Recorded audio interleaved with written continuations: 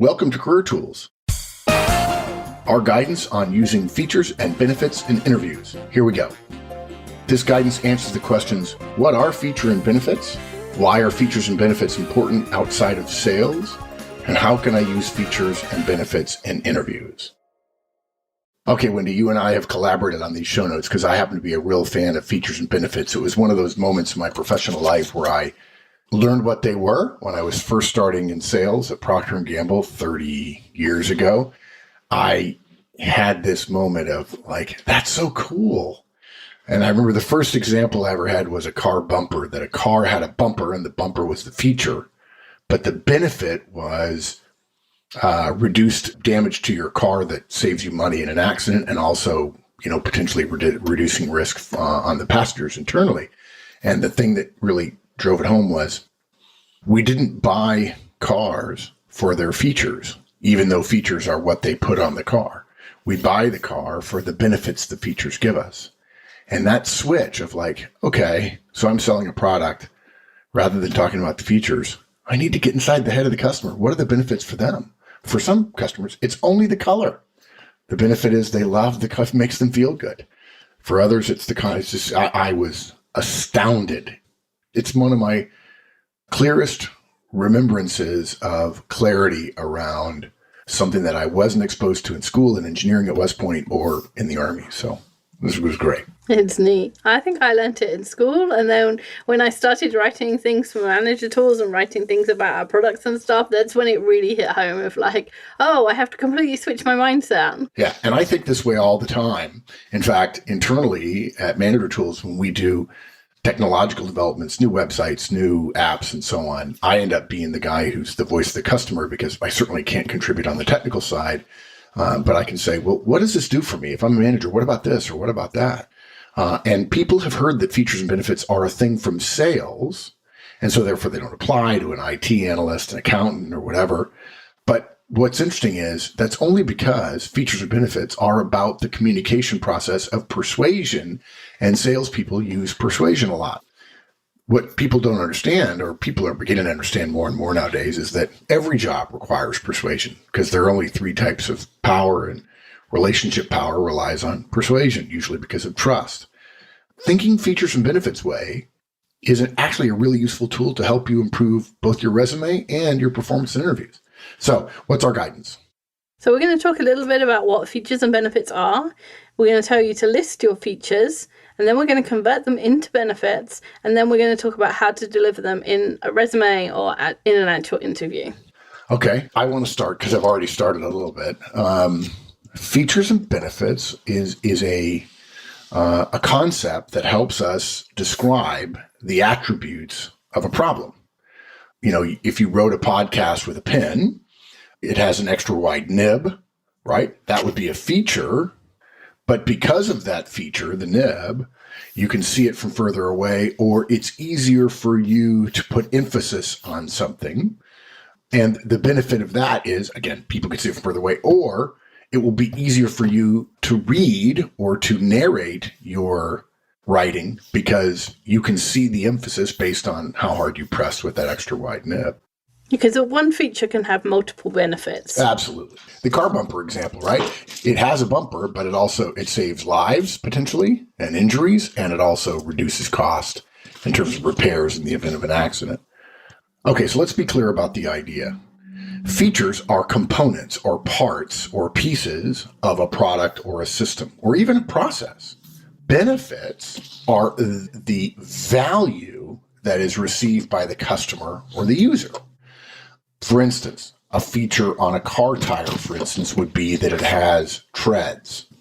If you don't know this, professional racing tires are slick. They don't have treads.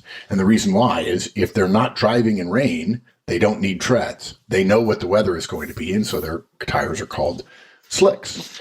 But on most of our cars have tire tread because the tire has to be driven in all kinds of weather, including inclement weather. And in rain, a slick tire is literally an invitation to hydroplaning. So the tread on the tire is a feature, but the benefit of that tread is traction in inclement or unusual weather or situation.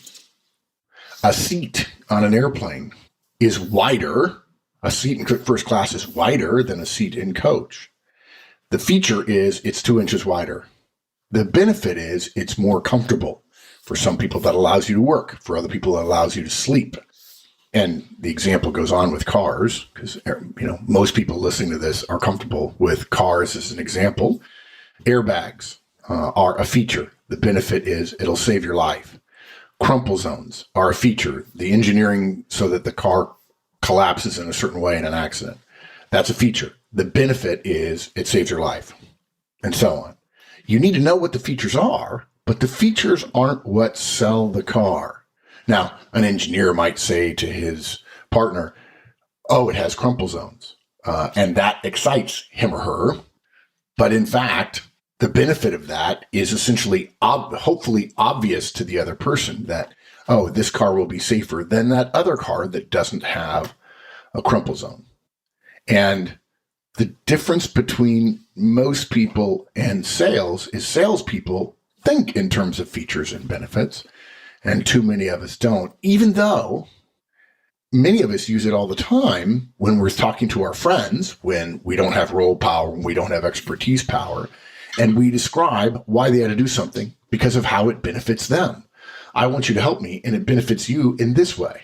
I'll owe you a favor, for instance. And most people don't realize the extent to which they use persuasion all the time, and they could probably increase their use of features and benefits in all kinds of situations. You were saying, when we were talking about this before, benefits answer the question, what's in it for me, right? Yeah. So I don't care what kind of tires. If I went to the dealer today and he said, you need new tires because the tread's gone, and I wouldn't know any better, and I go, okay, which one shall I buy? I wouldn't know anything. If he said, we have these special ones and they're extra good in rain, I'd be like, okay. They can be, if they're higher priced, but he just says they're better in rain, I'm not going to buy them because I want to buy cheap tires because I'm cheap. But if he says, it's 80% less likely to skid and 95% less likely to skid in the level of rain we have here in San Antonio, and that will keep you safer, now I might be willing to pay the extra money for the tires. So what's in it for me is some extra safety. Yeah. And I'm not a very good driver in the rain, and so I probably need that. Wendy, let's be clear. Let's tell the whole story. Let's do some investigative journalism.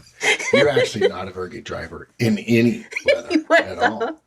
I think that we've actually had discussions about whether or not I will ever get in a car with you again.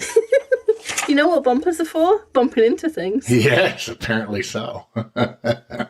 So, a feature is something that is included as a function, as a component of a product or a service, but the benefit is something that the customer gets from that.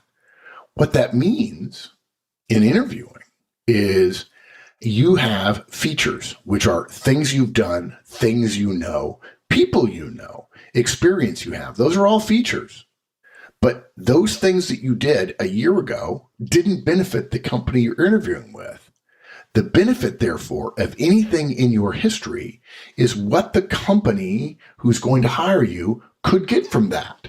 So rather than just saying you have a mechanical engineering degree, you have to translate that into how does that benefit the firm? Saying I know how to do heat transfer equations is really a statement about a feature. But a benefit is I'll be able to help you solve heat transfer problems in this factory, which I know something about because I know I'm interviewing here and I can see that there are heat transfer issues here and you have heat processes and so on. And I'll be able to be immediately useful in those situations. So our second guidance, I'm sorry, it's getting ahead of ourselves there, Wendy, a little bit, but the second thing you recommended, and I completely agree, and this goes back to our whole preparation, that interviewing is one in the preparation, is to list your features. That's right. So when you're getting ready to work on your resume or get ready to go to an interview, the first step is to list your features, in part because it's way easier than thinking about the benefits. So if you separate the two, you get the easy thing done first, and the benefits come more easily afterwards if you do the two different tasks at different times. So in other words, you're saying, don't think of a feature, something you've done, and then immediately try to come up with benefits. Exactly. You're saying take your entire resume, everything in your background, and one bullet at a time, for instance, just list all of those and your degree, any other things that you think of you've done or you've had or you've learned or you can prove about yourself, make that list. Okay? Don't think about benefits yet. No. So here's some examples. Analysis skills, a university degree, intern experience, skills learnt on the job, language skills, accuracy, relationship building, availability. Okay? You can think of lots of things that would separate you from other candidates, and it doesn't have to separate you from everybody. So there will be other people who have good availability like you do, but it will separate you from some people. Yeah, this is interesting. This is not in any way a competitive analysis. You are not comparing yourself to other candidates. And in fact, guys, I think that's an important thing. We need to do a separate cast on that, Wendy, because it's the company's job to do the competitive analysis of you versus other people. You're never going to be able to do a competitive analysis. I think there are people who lose opportunities, Wendy. And the reason why is because they talk themselves out of what skills or and traits and characteristics and abilities they have because they say, well, this is no better than anybody else. And in a way, you're right in the sense that there are other people that have all those skills and probably more. But it depends on what skill, what trait, what characteristic, which ability are most important to the recruiter, to the interviewer, to the hiring manager, and all kinds of other factors that go into it. I can't think of me being the best in the world at any job in the world. There's no job that I couldn't find somebody who would be better than me. The problem is better than me at the right time and in the mind of the person who's hiring. I'm fairly certain if my friend John Hoffman were hiring somebody to do something I could do, I'd get hired. But it's not because there isn't somebody with more features for that job. And so I think that if you assume that you're comparing yourself to other people, you're going to be at an immediate disadvantage. You're the expert on you. You build your case for you. Let the company worry about whether you're better or not. And by the way, you don't have to get your feelings hurt when they decide person A is better than you, because that's just their opinion. It's not yours. It's certainly not your spouse's opinion. It's not your kid's opinion. It's probably not your colleague's opinion. It's not your friend's opinion. So you don't have to worry about that. But the only person between the company you're interviewing with, your competition for the job, and you, who is an expert on you and you alone, is you. And that's why preparation isn't done mostly about the company. It's done, in your mind, about you. Okay, sorry. Rant. Rant ended. That's okay. So when you're writing this list, just a reminder to use the brainstorm method, which we do have a podcast about. But basically, you set a timer for a minute. If you condense the time, you have more ideas quickly. I don't know why, it's just like magic. And then you write down as many as fast as you can, and you don't censor yourself. You don't think, oh, all right, no, that's not right. Or you start to think of an idea and you think, oh no, somebody's better than me at that. Just write them all down. And you can do this with somebody else who knows you well if you'd rather, but you can do it on your own. Are we talking about having our resume in front of us? Oh, of course. Yeah. I think there's not a single bullet, if you follow the Manager Tools resume guidance, about how to create your resume. And if you haven't, folks, it's one of our Hall of Fame podcasts. Every single bullet has to be a feature. Assuming, again, that every bullet is an accomplishment, right? That you haven't made the classic error that 90% of people in the world making today, which is making responsibilities into bullets to appear that you have lots of bullets on your resume. That's wrong. Bullets should only be for accomplishments, but there might be more than one feature encapsulated in each bullet, right? Mm-hmm. There are bullets in your educational experience. There are bullets in your responsibilities paragraphs as well, right? Mm-hmm. Yeah, I managed 5 people. Well, that's a bullet right there. But yeah, that's one of your feature. You've managed 5 people.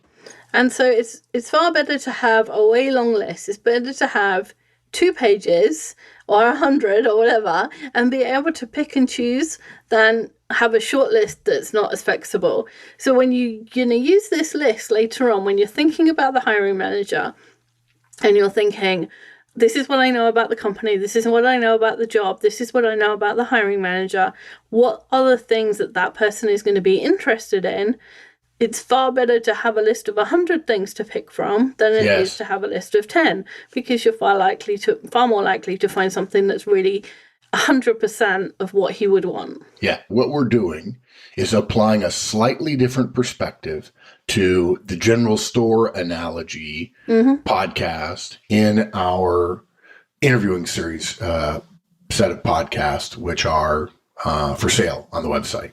I mean, can we agree that for $150 compared to a conference, which is over $1,000, probably the highest value, we get more positive feedback on, wow, the interviewing series is the best thing I've ever done? Guess what? It worked. No. Yeah. Yeah, definitely. Yeah, so we talk in detail about how to go back through your background. So if you're an interviewing series owner, the product owner, you can combine this guidance we're giving you here with the interviewing series guidance on the general store analogy. If you don't understand what general store is, that's okay. You probably don't have the series. And together, both of those will give you a really powerful, deep understanding of all of the things you've done. It's essentially a capturing of your features. And we also have guidance in our interviewing series about how to turn resume bullets into accomplishment answers. And that is a classic case of turning a feature, something that you've done, into a benefit, showing the client that you can do it for them, delivering value to them. So that's what we're going to do next. We're going to go from the features that we've listed, all of the things that you have experience in, or the things that you've done, or the things that you're good at, and we're going to convert them into benefits, which is, if you list the feature and then you imagine the hiring manager saying, what's in it for me? It's the answer to that question.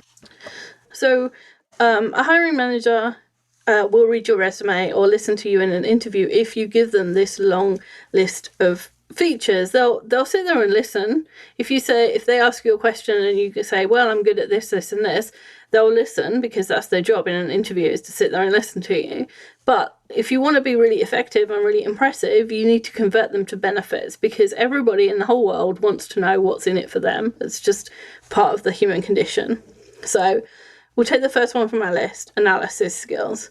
So having analysis skills is great, when it means nothing to the hiring manager unless you can demonstrate how you can use it to his or the company's benefit. Okay. And that's kind of what accomplishments are. They are a history of using that skill to the company's benefit. And when we're doing benefits, we're just not necessarily doing history. Okay. So if you said, I've got these analysis skills, I can advise on heat transfer, conduction, and convections within buildings. The building engineer hiring manager is interested because these are skills that hopefully they're looking for, that were in the job description, that you know are important to them, that they have someone in their team who's able to do this analysis and tell them, how many heaters they need in a certain size building, or how much air conditioning they need in a certain size building. So that's how you've converted it to something that they really want to know. And for some of you, you'll sort of flip-flop on this. You'll sort of struggle a little bit with it. How do I get in the minds of the customer? Well, a technique that I've used an awful lot when I'm thinking about, preparing for an interview.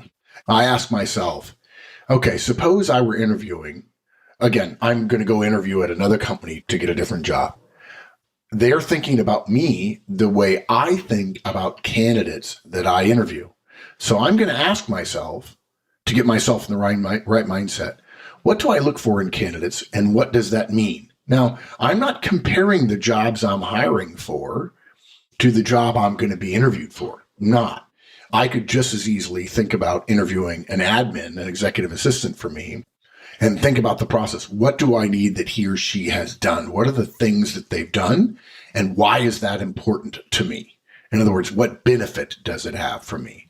I've done that I've done essentially reverse engineering, even not thinking about the same job, but just thinking about how the mental process works in my head to go from what I see on a resume to what that means for me. Because that's exactly what the company who's interviewing me is going to think about. And full caveat here, guys, I used this example about 5 years ago in a podcast, and a couple of people emailed me and said, are you thinking about interviewing to go to work at another company?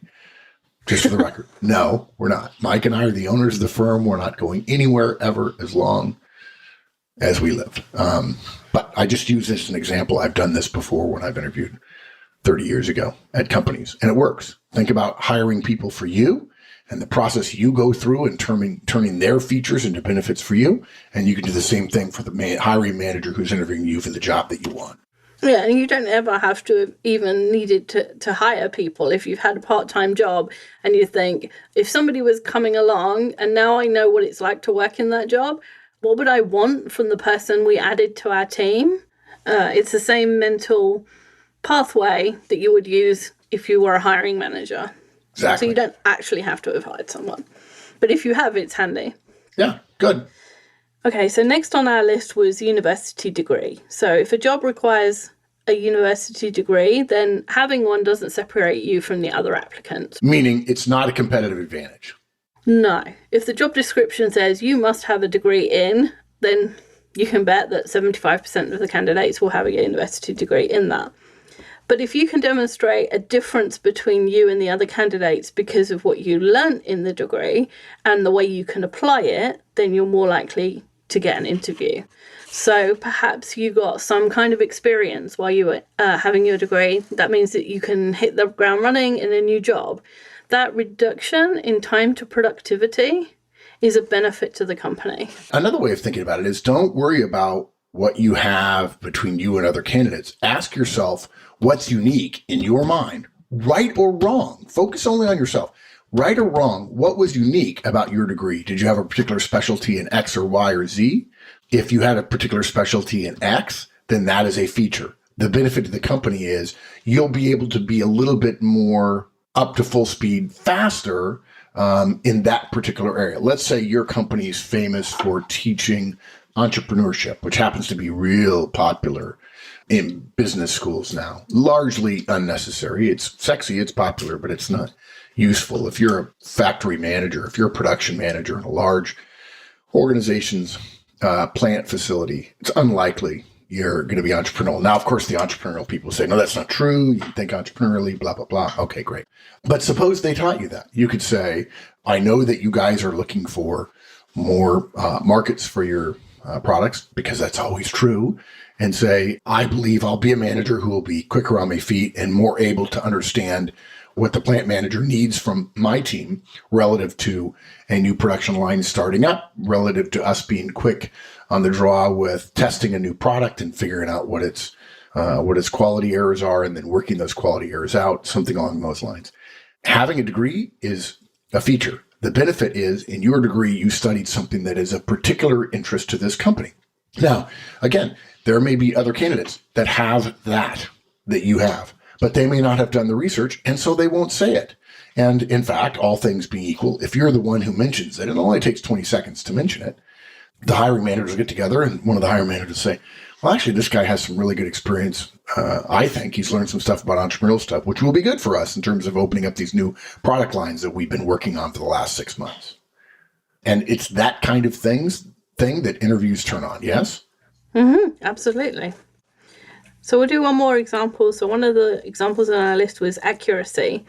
So let's see how we can translate accuracy into what's in it for me for a hiring manager. So perhaps you had certain kind of assignments or a part-time job where you had a high degree of accuracy. Perhaps you were in a physics lab or a biology lab doing experiments and you need to be accurate. And now you're going for a job that also needs accuracy, and it might be something completely different, like accounting, where you still need to be accurate with numbers. It's the same skill, it's just in a completely different environment. But you can then tell the hiring manager, it might not be obvious, but I was in doing biology labs and you have to have a high degree of accuracy, otherwise your experiments don't work out. And I have learned to be completely meticulous with the data that I enter. And then I would say, one of the things that taught me is I'm not afraid to double and triple check things, particularly when I raise an eyebrow at the outcome.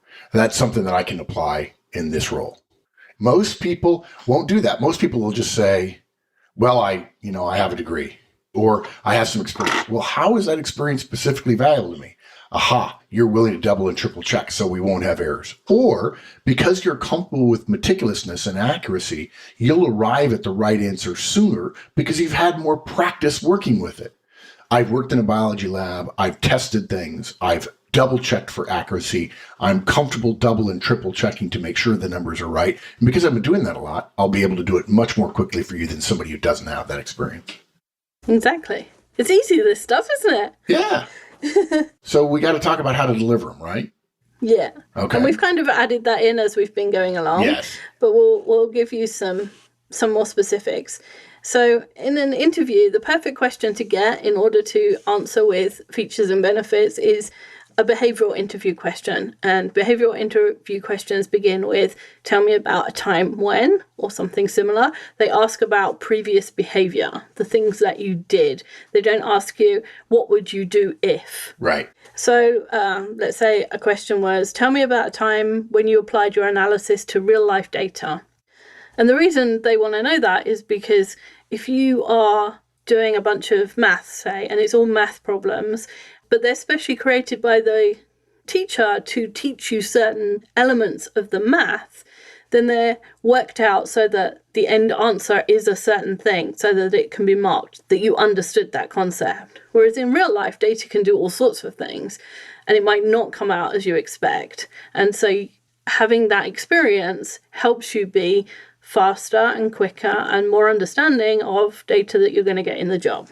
So you might say about your intern experience, I successfully applied my analysis to real-life data during my internship with Disney. I was able to see where my university learning needed to be flexed in order to take account of real-life data, which is less obvious in nature. This would be of benefit to you, of course, because I'm already able to handle real-life data and I don't expect it to turn out the way my university stuff did. And you could just say it just as easily as saying, I did that at Disney. I successfully applied my analysis skills to a real-life data set while I was working at Disney. Let me tell you what I did and how it turned out. And in that case, you're actually talking about using the skill in a largely comparable environment, a professional environment versus an academic environment. And you almost don't have to spoon feed the company into the difference between features and benefits there, because a feature is knowing how to do that thing. A benefit is you being able to do it for them. If they ask you a behavioral question, the whole idea behind behavioral interview questions is to get to benefits, to say, have you done this thing that we think is important before? And if you've done it before and you've done it to a high standard, you've essentially described what we want you to do in our job, which is the benefit that you would have for us if you came here. That's very different than somebody who interviews and asks questions like, tell me about your degree, which is perhaps a recitation of the things you learned in school. But again, those would be features and not benefits. And if you do nothing in the interview but talk about features, particularly in an interview where you don't get behavioral interview questions, it's going to be harder for people to understand the benefits of hiring you. And so lacking that, assuming they're smart and they're not just going to hire anybody willy-nilly, they won't hire you. And we've said all this, a lot of this, as if it applies to graduates and only graduates, and it doesn't. It's harder when people haven't had actual job experience for them to do this. Once you've had some real life job experience, it comes more easily, but it still applies. Yeah. Okay. So imagine you're a manager and you're asked, how do you deal with conflict? Here's the great thing about features and benefits. A feature is saying, this is my approach to dealing with conflict. I do X, I do Y, I look for this, I look for this. Okay, that's a little bit like a leadership style example. You're essentially describing in the abstract what you do. Anytime you would describe something in the abstract, that's a feature. Okay? But if you give them a specific example, you say, well, let me tell you about a time where I was able to resolve conflict effectively. And perhaps you mentioned DISC profiles in it to communicate with different types of people. And then you say, there was a situation where I successfully resolved conflict in this way. Let me give you a little bit of background. Here was a situation that I had between a direct of mine and a peer of his or hers. Here's what I did each step of the way. That's turning a question about conflict resolution skills into, or feature, into conflict resolution benefit. Because now they can picture you doing that at their company. because you've described a specific situation and you've described yourself using the skills that you could have talked about in the abstract. So anytime you get a question, that is abstract in nature, how do you deal with conflict? What's your leadership style? And so on. You have the opportunity to say, here's a specific example of that, which turns the question, which is about features, into benefits. And I think we've made it pretty clear. All of these answers depend upon you thinking about the question, working out what feature you have. Whether anybody else has it is irrelevant. You can't know that. Don't waste your time worrying about that. And then answering the question that not only addresses the feature, but more importantly, talks about how that feature would be delivered in the form of a benefit to the customer. Ask yourself what's in it for them when you answer the question. And if you worry about having a pause when somebody asks a question in an interview and you're working your way through this, believe us, the pause is not 4 hours like it feels like to you. Yeah. It's no time at all. You have time to think about it. 10 seconds. It's totally fine. It's called a reflective question. You're supposed to think about it. Now, ideally, you will have totally prepared yourself. And when the company asks question X about feature or skill or trait or characteristic or ability Y, you could say, oh, I've done that analysis. I expected this question. Here's the example I've pre-positioned. And even though you've rehearsed the answer, delivering an interview, as long as you haven't memorized the speech, you won't be overprepared. In fact, most people, when they think they're sounding overprepared, actually just sound prepared, and everybody else who sounds casual and relaxed and comfortable actually sounds grossly underprepared. Yeah. Well, those R's and ums. Yes. Can you summarize for us? Sure. So we talked about what features and benefits are. We talked about listing out your features as one step, of converting those into benefits as the second step, and then about how to deliver them in an interview. And this is a really useful skill that you use way more than you think you do once you get the hang of it. It's much more useful than you think it is. Got to think about the other person, because communication is what the listener does, and the listener is your interviewer. It's easy to do if you're prepared to do it. Takes a little bit of work in advance, but it pays off. Thanks, Wendy. Thanks. Bye, everyone. Thanks, everybody. Come back next week. More great stuff from Career Tools. If you enjoyed this podcast and you want the how-tos of management wherever you are, check out the free Manager Tools mobile app. It's available on both iOS and Android devices. Go to the Apple Store or the Google Play Store and download the Manager Tools app. Just search for Manager Tools in the respective store, or go to the Manager Tools website, www.manager-tools.com, and you'll find the links on the bottom of the homepage.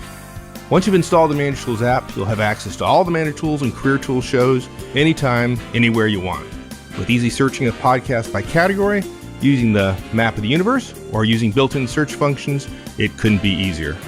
Additionally, if you're Manager Tools personal licensee, you'll have easy access to all the show notes right from the app whenever you want. Go to the App Store and download the Manager Tools mobile app. You'll be happy you did.